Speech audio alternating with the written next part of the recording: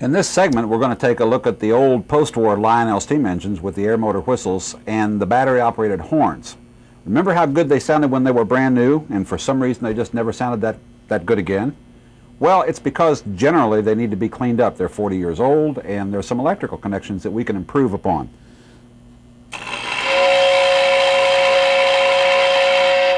You get almost more motor noise than you get whistle out of this tender, and I've got a couple of things that I can show you how to improve on that. Let's remove the shell and get a look at the general condition of the motor and the wiring. Each tender is a little bit different. There's always one screw, sometimes two, as in these long mountain-style tenders.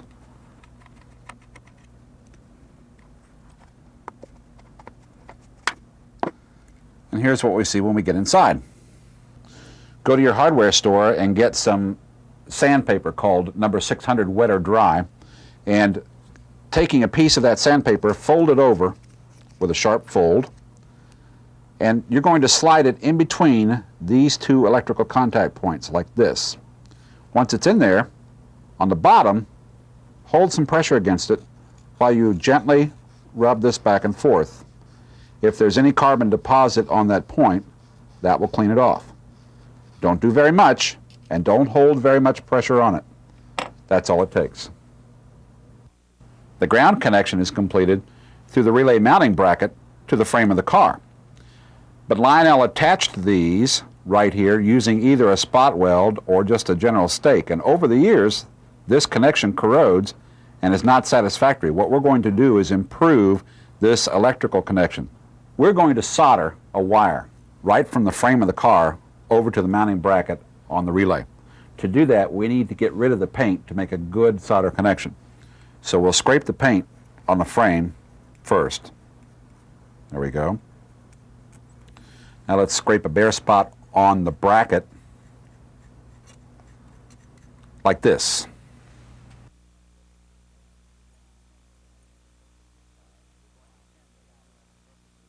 We're going to tin those two metal surfaces by applying some solder to both of them. Remember to heat the metal, which will take quite a long time because there's quite a lot of metal, and apply the solder to the heated metal.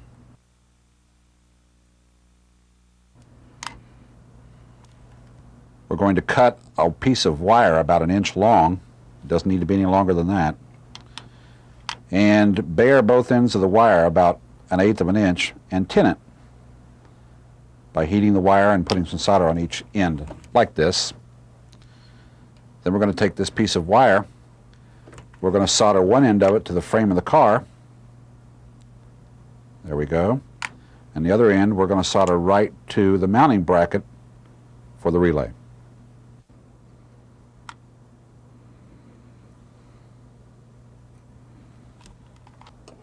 Now, this wire is going to ensure that we have an excellent ground connection between the bracket holding the relay and the frame of the tender.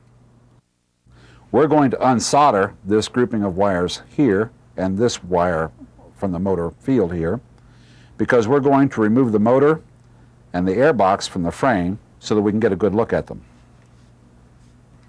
Let's apply some heat here. And we'll lift this wire off. There we go.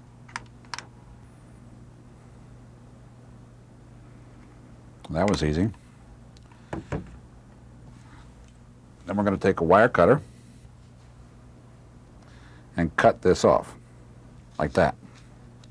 The reason that we cut these wires apart is we're going to replace them later after we take a look at the motor. The airbox in the motor is held onto the tender frame with these two nuts. We're going to take this 1/4 inch nut driver and remove them, like so. And then we're going to carefully lift the motor and airbox assembly off of the frame. Some tenders have a water scoop that you may want to take out and set aside so that you don't lose it. Next thing we're going to do is use a 3/16 nut driver, remove these two studs that attach the plastic airbox to the motor frame,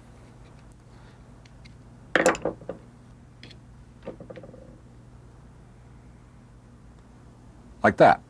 This is the airbox that produces the sound. There were two varieties. One of them was plastic, like this one is, and the other one was a cast metal, the early ones in the 40s. The metal ones are notorious for warping and opening up and allowing air to escape on the seams, which reduces the whistle. The plastic ones sometimes weren't laminated very well, or they were laminated and they've come apart, and you need to look at the joint all the way around and make sure that it's airtight. If it's plastic, just use some liquid plastic cement that you would put a model together with out of a hobby shop. If it's metal, use some RTV or something like bathtub caulk to close those holes and make it airtight. Take a 1/4-inch nut driver and remove these two nuts carefully that hold the brush plate on top of the motor.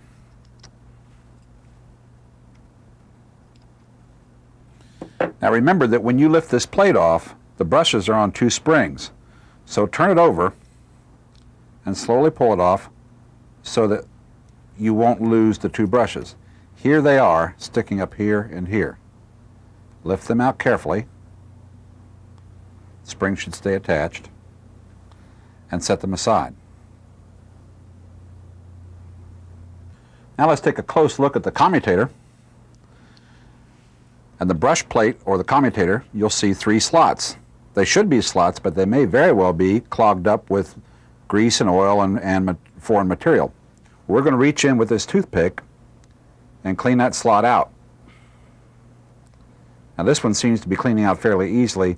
Sometimes they're really packed up. What happens if you don't clean that is you get an electrical short between those brush plates and the motor loses a significant amount of its power. Next thing we're going to do is, using a Q-tip or a cotton swab, wipe most of the material off and clean it like this. Don't be afraid to use quite a few if you need to, because there's 40 years of oil in here.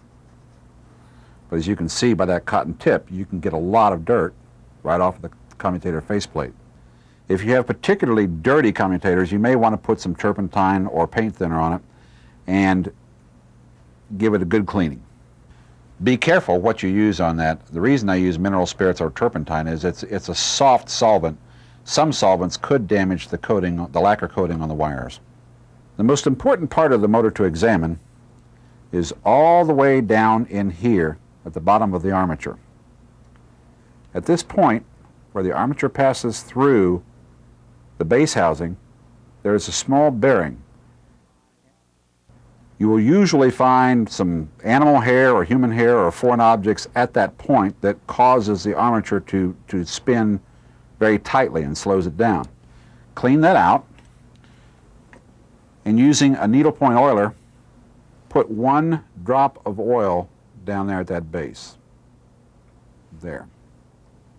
Then last thing you do is check the armature and make sure that it spins freely. The last thing we need to do is examine the brush plate. There are 3 points on this plate that need to be cleaned and thoroughly checked. There are 2 housings for the brushes, and there is 1 hole where the armature shaft goes up into. All 3 of those need to be cleaned out before we put it back together. Use a cotton swab or Q-tip and force it up into the brush housings, and also force it up into that armature shaft point, that bearing point, and clean that. Examine the condition of the motor's brush and spring and clean it and get all the oil and grease off of it, being very careful not to stretch that spring. Then replace the springs and the brushes into the brush plate like this. Check it to make sure you have nice smooth movement in each of those holes. If you don't, that means you need to clean them out again. Be sure to hold the brush plate upside down like it is now, and put the motor in upside down like this.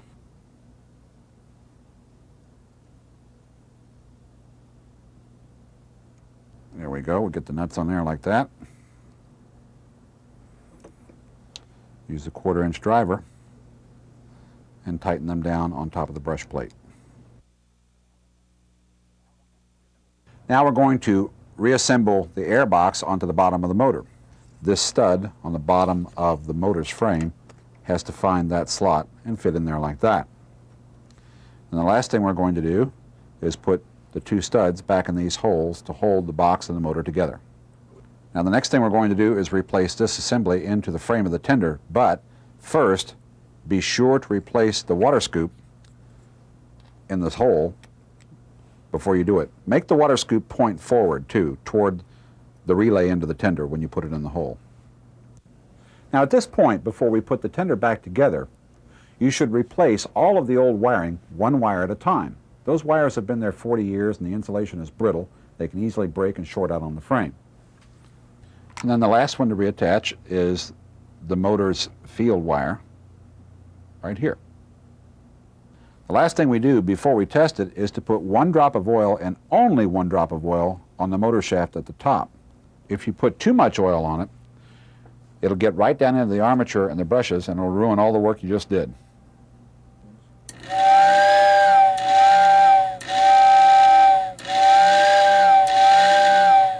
This is one air motor tender that sounds the same as when Lionel first made it. All of Lionel's post-war diesel horns used a relay just like the steam engine had, but the horn didn't get its power from the track, it got its power from a battery within the engine. Even though these Lionel F7s look identical on the outside, on the inside we can see that one is a single motor and one is a dual motor. Lionel mounted the horns at 2 different locations. On this dual motor 2333, the horn is here. The battery that provides the power for the horn is right here, and this is the relay that transmits that power to the horn. What you will typically find when you get one of these engines is that the original owner usually did not remove the battery when they stored it. So there's a great deal of corrosion up at this contact point and down in the well where the battery meets the bottom of the engine frame right here. Remove the battery by loosening up the thumb screw and examine the tip where the battery goes up in the engine and also at the plate on the bottom where the battery touches and see if it's corroded. If it is, you'll have to either clean that corrosion off or replace whatever parts you can. Once you've cleaned all the electrical contact surfaces, reinstall the battery and tighten the thumb screw. The next thing we want to do is to check the sound quality of the buzzer horn itself. You can do that by pressing down on these 2 tabs. Ooh, that sounds pretty bad. We can adjust that and make that sound much better. This is the adjusting screw that determines the sound of the horn. Use a long, thin, bladed screwdriver like this and find a path right behind the wheel and up through the frame. Turn the adjustment screw one way or another, just a little bit, and then check it to see what it sounds like. There, that sounds better. Once you've completed these overhauls, your horns and whistles are going to sound just like you remember them in the 50s.